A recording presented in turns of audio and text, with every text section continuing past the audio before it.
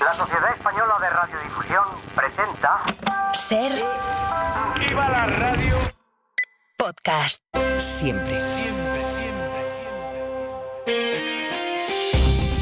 Las 8 de hoy por hoy en Ser Podcast. Hola, muy buenos días. Esta mañana les hablo con vistas al mar. Nos hemos venido al puerto deportivo de Caleta Vélez, en Málaga. Desde aquí les vamos a ir dando la bienvenida al verano y desde aquí vamos a mirar la actualidad sin perder nada de interés por ella, aunque con una perspectiva distinta y diría que muchísimo mejor de lo habitual. Eso mientras se va reconfigurando el mapa político, los líderes del mundo se reúnen en el G7 de Italia. En Francia la izquierda se une y hay un cisma en los conservadores por la victoria de la extrema derecha, y aquí en España el PSOE y el PP se enfrentan por la renovación del Poder Judicial en la semana en la que ha entrado en vigor la ley de amnistía. Lo que queremos es despolitizar el Consejo General del Poder Judicial, que es lo que está haciendo el Partido Popular con su secuestro político.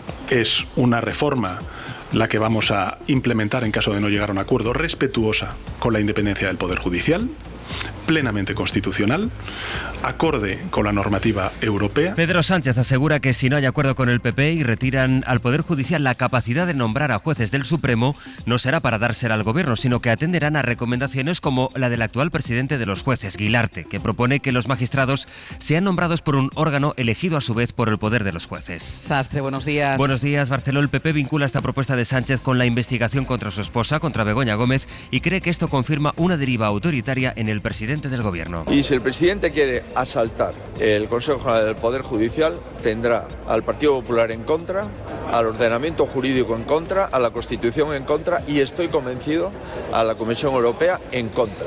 Así las cosas, será muy difícil que haya ningún acuerdo, pese a que Bruselas acepta que haya una nueva reunión la semana que viene. David Junquera, buenos días. Hola, buenos días. Están por ver los detalles de la propuesta de la que habla Sánchez. Lo que dicen en el gobierno es que el Poder Judicial participará en el nombramiento de los jueces. Por ahí van los tiros, pero el gobierno evita dar detalles sobre cuál va a ser su propuesta concreta para reformar el Consejo. Antes de mostrar sus cartas, la Moncloa quiere agotar la vía de la negociación con el Partido Popular. Tras las críticas de un sector de la judicatura, Sánchez solo ha aclarado que el gobierno no será quien nombre a los miembros de la cúpula judicial. Fuentes del Ejecutivo aseguran, de hecho, que preparan un sistema basado en criterios objetivos y en el que el CGPJ, aunque no tenga la competencia exclusiva, sí que participe en la elección, una potestad que le atribuye a ese órgano el artículo 122 de la Constitución. En cualquier caso, antes de dar el paso, antes de impulsar estos cambios, el Ejecutivo espera volver a reunirse la semana que viene con el PP con la mediación de Bruselas. Hay ministros que creen que el intento va a ser en vano, no ven predisposición en Génova para alcanzar un acuerdo, y otros que esperan que la presión de Europa tenga efecto. La Comisión está buscando la fecha concreta para ese encuentro, aunque pide que PSOE y PP lleguen con un punto de partida común sobre el que poder avanzar. David, hasta luego.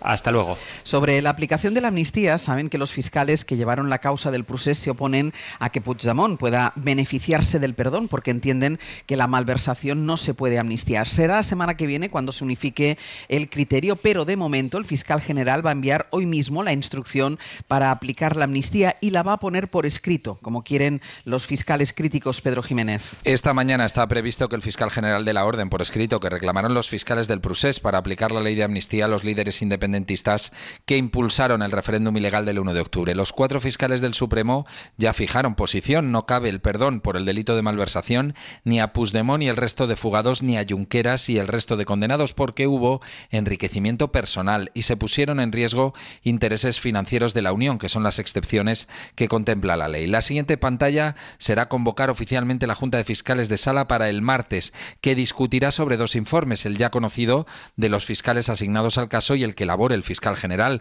junto a la Secretaría General Técnica. Pero al final, pase lo que pase en esa junta, se impondrá el criterio que fije Álvaro García Ortiz, que tendrá que designar un nuevo fiscal para que lleve a partir de ese momento el asunto. Cuenta esta mañana El País que Suiza ha vuelto a cuestionar al juez Manuel García Castellón, que vio terrorismo en el caso Tsunami. El juez pide colaboración a ese país para localizar a Marta Rovira, de Esquerra, y por tercera vez el gobierno suizo le contesta que no aprecia ese delito. Dice que terrorismo fue ETA, o las Brigadas Rojas, o Al-Qaeda, pero no, y esto es textual, organizaciones que, utilizando medios que no son actos de violencia criminal, luchan por el poder político. Y a todo esto sigue en el aire la investidura de un presidente en Cataluña. Se ha constituido la mesa del Parlamento, pero no sabemos qué pasará al final. Esquerra Republicana, que podría hacer presidente a Salvador Illa, había llegado a un acuerdo con los socialistas en el Ayuntamiento de Barcelona y resulta que ayer, en este contexto, decidieron dejar esa decisión para otro día ante la movilización de afiliados críticos con ese acuerdo. Barcelona, Sergi López, buen día. Hola, buen día. Esquerra en Barcelona había convocado una reunión ayer con la militancia para decidir si apoyaban el preacuerdo a que habían llegado con el alcalde socialista Jaume Collboni para entrar al gobierno municipal. Pero el debate interno que hay en Esquerra sobre las posibles alianzas en la Generalitat hicieron que fuera esta reunión mucha más gente de la prevista. Había una sala preparada con 270 asientos, pero se presentaron muchos más militantes. La Federación de Barcelona decidió suspender el acto. Marta Rovira acaba de decir en SER Catalunya que lo que quedó demostrado es que habrá que buscar una sala para permitir que esos militantes puedan decidir si quieren o no la entrada en el gobierno municipal. Por lo tanto, la dirección de Esquerra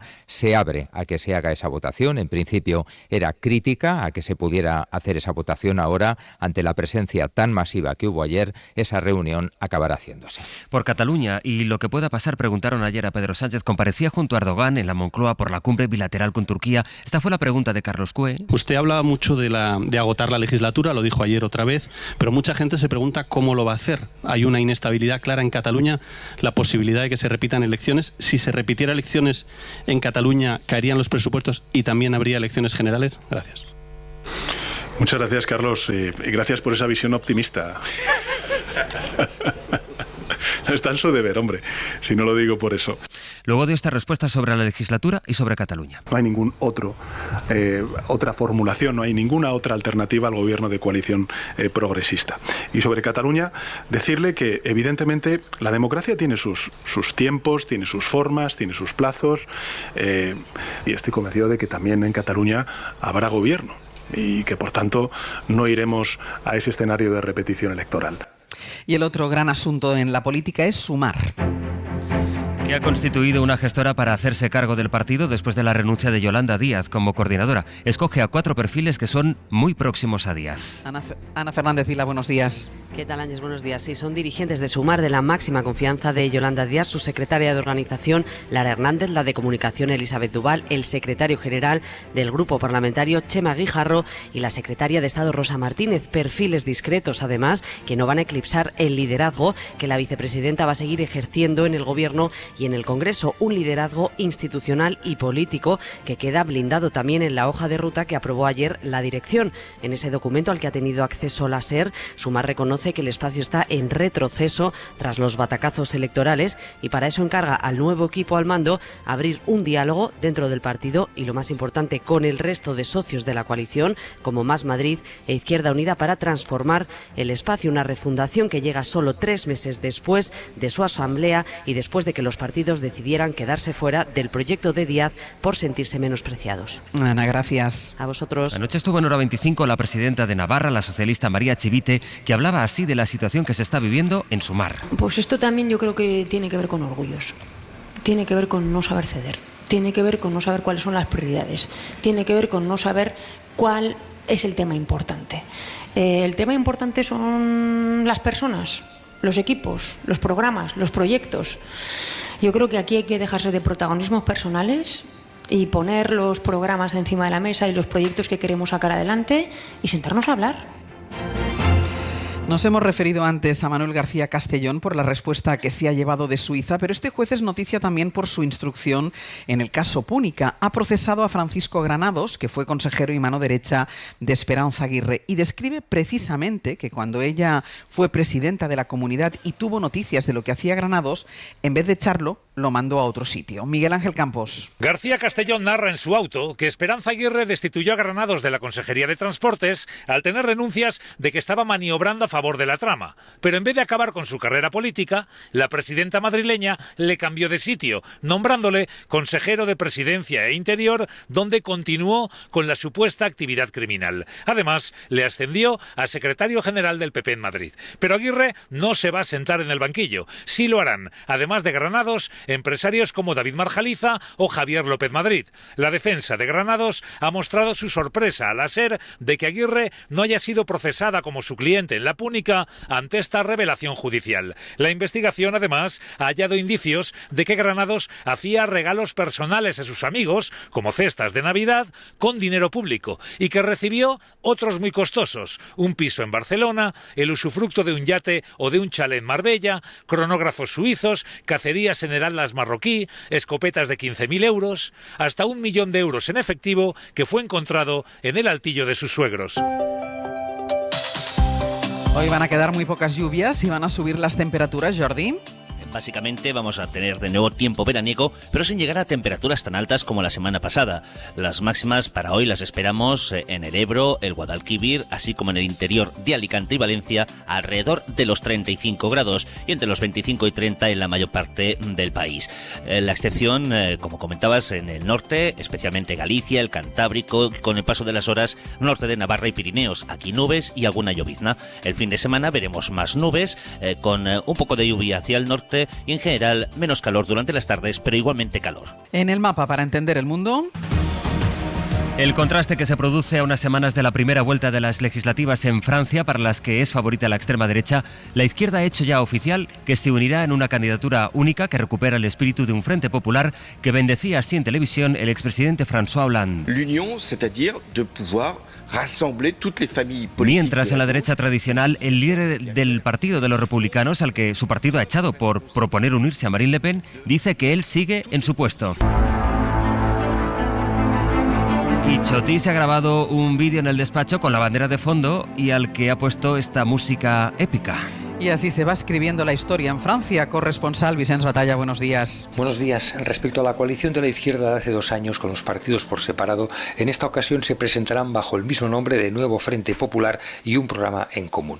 Este programa es calificado de ruptura para poner en marcha los primeros 100 días de un posible gobierno y que consideran logra que ya no sea inevitable la llegada al poder de la extrema derecha. Entre sus principales puntos está la derogación de la reforma de las pensiones de Macron y el reconocimiento del Estado palestino.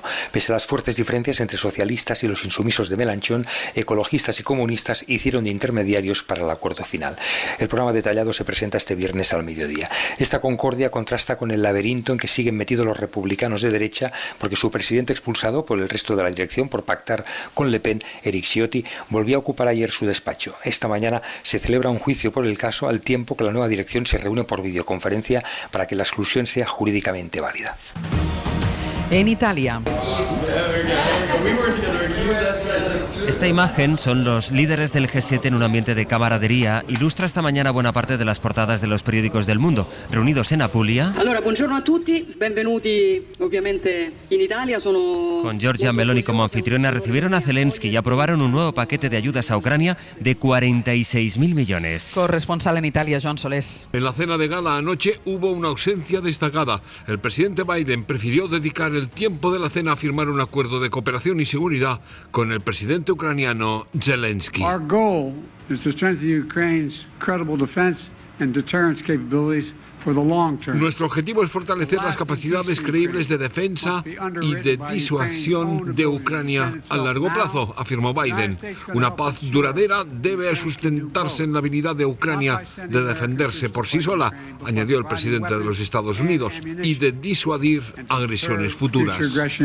Dear friends, today is a truly historic day. Hoy es un día histórico, le contestó el presidente Zelensky, porque Ucrania firma el acuerdo más importante desde su independencia sobre seguridad y, por consiguiente, sobre la protección de la vida. Es un acuerdo de cooperación, concluyó, que nos hará más fuertes y garantizará una paz sostenible. Hoy por hoy noticias. Ser Podcast. La Organización de Consumidores Facua considera inaceptable la decisión de Renfe, que ha subido de 30 minutos a 1 hora y media el retraso que debe tener un tren de alta velocidad para pedir que nos devuelvan el dinero. Edu Hernández, buenos días. Buenos días. La nueva política de devoluciones de Renfe no ha sentado nada bien a los consumidores, ni a los que están a punto de coger un tren. Pues no me parece del todo bien, porque mi tiempo para mí también me vale dinero. Pero bueno, me parece un abuso hacia el consumidor, sí. Para nosotros creo que es negativo. deportivo, ¿no? Ni a las asociaciones. Rubén Sánchez es el secretario general de Facua. Se produce un salto demasiado grande en cuanto a los minutos de retraso que implican derecho a indemnización. Ha sido una decisión extraordinariamente drástica, es un cambio muy potente. Consideran que esto perjudica los derechos de los consumidores, pese a que, ojo, son mejores baremos de devolución que los que estipula la normativa europea. En cualquier caso, los renfecitos, esos puntos que propone ahora Renfe para recuperar el 200% del valor del billete, no son suficientes para los viajeros, que si quieren recuperar al menos la mitad de su dinero por un retraso, tendrán que llegar con 1 hora de demora. Javier Cercas entra en la RAI, el escritor va a ocupar el sillón que ocupó Javier Marías. Dani de la Fuente. Javier Cercas tiene 2 meses para pronunciar su discurso de ingreso en la Real Academia. Su candidatura fue presentada por los académicos Pedro Álvarez de Miranda, Clara Sánchez y Mario Vargas Llosa, y en su pleno de este jueves la RAE lo ha elegido por mayoría absoluta para ocupar la silla R, vacante desde el fallecimiento de Javier Marías en septiembre de 2022. Cercas nació en Ibahernando, en Cáceres, en 1962. Es licenciado en Filología Española por la Universidad Autónoma de Barcelona y conocido por su novela Soldados de Salamina, aunque otros títulos como Anatomía de un instante, Las leyes de la frontera, El impostor, El monarca de las sombras o la trilogía Terra Alta cuentan también con numerosos lectores en todo el mundo. Tras la elección de Cercas, aún queda vacante el sillón que ocupaba Francisco Rico, fallecido el pasado mes de abril. Y en 10 minutos el abierto. Desde Caleta de Vélez, con Cristina Monge, Javier Aroca y Carlos Navarro Antolín. Para no perderte ningún episodio, síguenos en la aplicación o la web de la SER, Podium Podcast o tu plataforma de audio favorita.